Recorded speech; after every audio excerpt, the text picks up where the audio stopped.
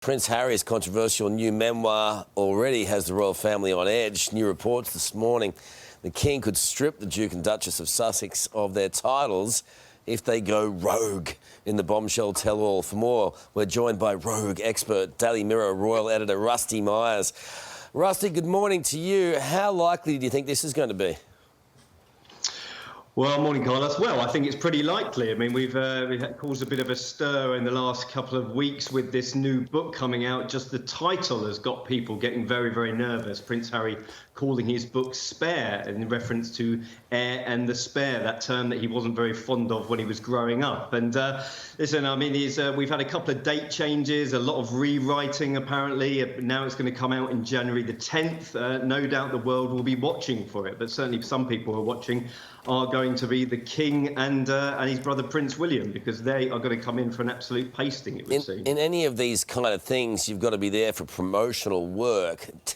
Is he going to do that in the UK, or do you think he'll just file in interviews? Well, I mean, he's not too shy about giving interviews, is he? Yeah. I mean, we've heard some big ones with Oprah Winfrey and another one with ABC News. I imagine he would probably skip it, but nothing is off the table with these two. And, you know, if he does come to the UK, it will only be to promote that book. And no doubt the exorbitant fees he's being paid, the publishers will want him front and centre to be pushing it out there. So, yeah, I mean, just expect anything. Why wouldn't they have been stripped of their titles? Well, this thing of the Duke and Duchess of Sussex, those titles were given to them from the Queen as a sort of a wedding gift. I mean, they can't use their HRHs, even though they sort of do publicise themselves as royals, even though they walked away from the family. I mean, your guess is as good as mine. I mean, but, you know, again, nothing is off the table. And not only will the royals be watching, the lawyers are going to be watching as well and see what is written in this book. And, you know, I think this relationship has got an awful lot further to go, even though it's sunk so low already, unfortunately. All right, Rusty, have you got a tip for the Melbourne Cup tomorrow? It sounds like you need your wellies and your coats, and that's probably my own tip. You're well accustomed to it.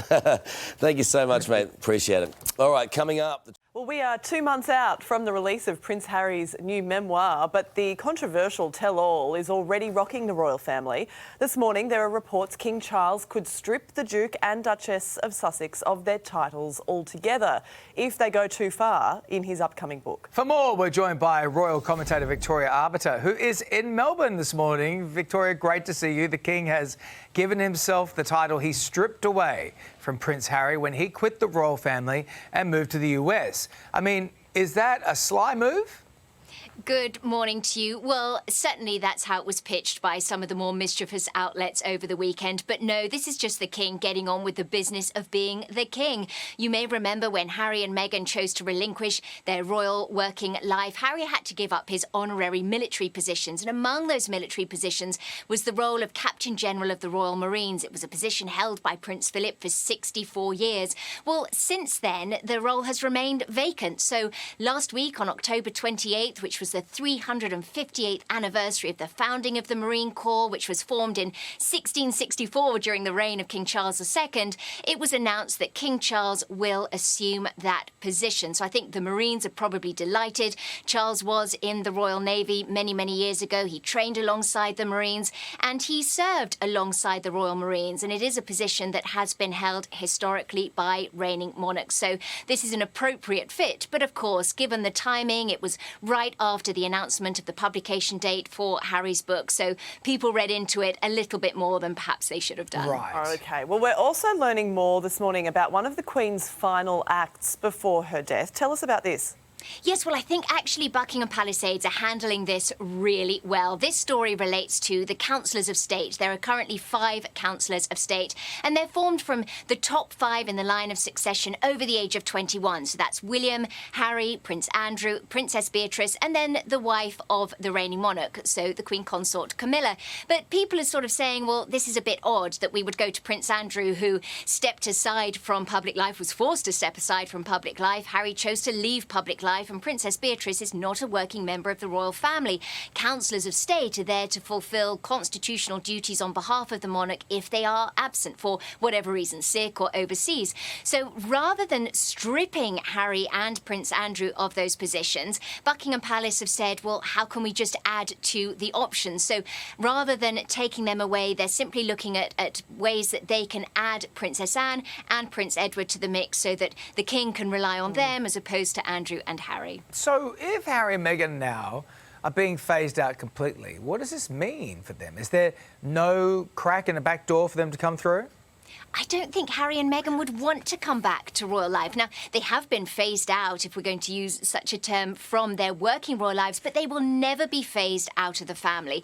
It is very true to say that relations remain frosty. There's the potential for these relations to get even frostier based on the content of Prince Harry's memoir. Of course, there's this docu-series that has long been rumoured. We're not sure exactly how that's going to unfold. So it's going to be quite some time, I think, before Harry and Meghan and the rest of the extended royal family are able to come together and heal these gaping wounds that exist. But I think in terms of wanting to come back, Harry and Meghan wouldn't want to. They are very happy building this other life outside of their royal working life. They've got their foundation. Meghan has her podcast. There's a documentary on the Invictus Games coming out on Netflix, hopefully next year. So I think in terms of the relationship, certainly people would like to see that healed, but they won't be coming back. Pretty unlikely they'll be spending Christmas at Sandringham, I would have thought. Meantime, Kate Middleton has delivered an emotional message to people battling addiction, Victoria. Yes, this week is Addiction Awareness Week, and so just ahead of the week kicking off, the Duchess, or Duchess of Cambridge as she once was, the Princess of Wales, has filmed a video, and I think it's an incredibly powerful video. She talks about how important it is for people not to be ashamed to seek help. She speaks of addiction being a mental health problem, and there is so much shame associated to it.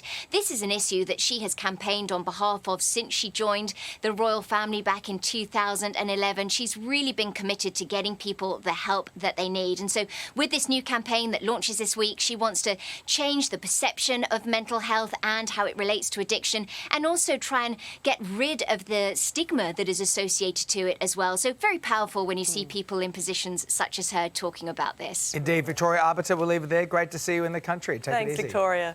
The Princess of Wales has offered her support to anyone who has struggled with addiction in a new campaign. Please do not let shame hold you back from getting the help you so desperately need. So please ask for help. I know this was not a choice. Recovery is possible. The Taking Action on Addiction campaign is led by the Forward Trust, of which Kate is the patron. G'day, it's Ali. And Karl. Thanks for watching the Today YouTube channel. Subscribe now for brand new videos every day and exclusive bonus clips. Ali, say please. Please? Why? Please? I don't know.